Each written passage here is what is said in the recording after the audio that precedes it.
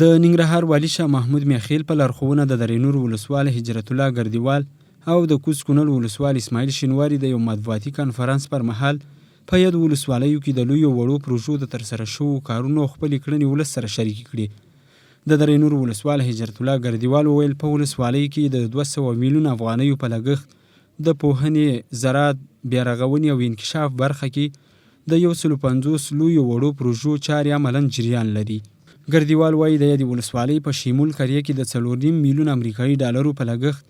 د لمریزې برېښنا اوبو په وسیله د 340 کیلو واټه برېښنا د جوړېدو چارې عملاً جریان لري چې 1.5 کال په موده کې به ګټې اخیستنې ته وسپارل شي او په سیمه کې به 2000 کورنیو، 10 فابریکو، جوماتونو، ښوونځیو، کلینیکونو او نورو ته برېښنا ورکړي. د انکشاف دهات د وزارت لخوا د کشمون قلا کې تقریبا 480 متره اوږدوالي استنادي دیوال لرو او په دې بودیجه چې د 8 میلیونه بودیجه ده. د درې نور ولسوالۍ د مقر نه چې مخکې تیریږي دغه ځای کې نور سړک خام دی،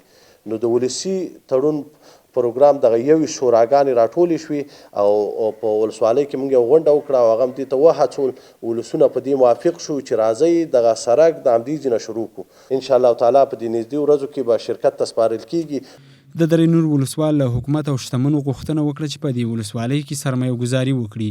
د داخلي او بهرني سیلانیانو لپاره د تفریح کولو په موخه پارکونه او میله ځایونه جوړ کړي. په درې نور ولسوالۍ کې دي زمونږ یو ښایسته منطقه چې ده، په دې کې د هوټلونه جوړ کړي، په دې کې د پارکونه جوړ کړي، دا داسې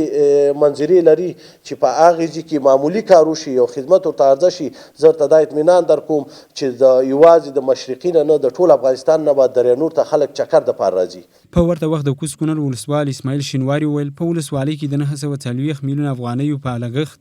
180 لویې وړې پروژې چې یو شمېر تکمیل، پر ځینو کار او ځینې تر پلان لاندې دي عملاً جریان لري. د هغه په وینا په یاد ولسوالۍ کې د یو شمېر لویو وړو پروژو ترڅنګ د ننګرهار والي په همکارۍ د 4 کلن ځنډ وروسته د کچړې څخه تر بر کاشکوټه پورې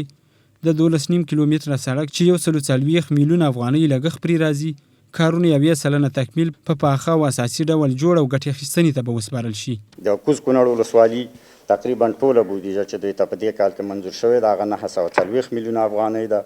چې هلته ډېرې سترې پروژې روان دي، څه تکمیل شوي دي، څه د کار لاندې دي. کوز کونړ ولسوالۍ کې پوره امنیت دی، د کوکنارو کشف پکې 0 دی او ټول امنیتي ارګانونه په نظامي شوراګانو کې چې کله هلته جلسه دایریږي برخه اخلي او هیچ چاته دا اجازه نه ورکول کیږي چې هلته د کوکنارو کشف او نور کوم کړنې ترسره کړي. ننګرهار کې دا لومړی ځل نه دی چې ولسوالان خپلې کړنې له ولس سره شریکوي، بلکې څو ورځې وړاندې هم د ننګرهار 2 ولسوالیو خوږیاڼو سره رود ولسوالانو د یو مطبوعاتي کنفرانس پر مهال خپلې کړنې له ولس سره شریکې کړې وې.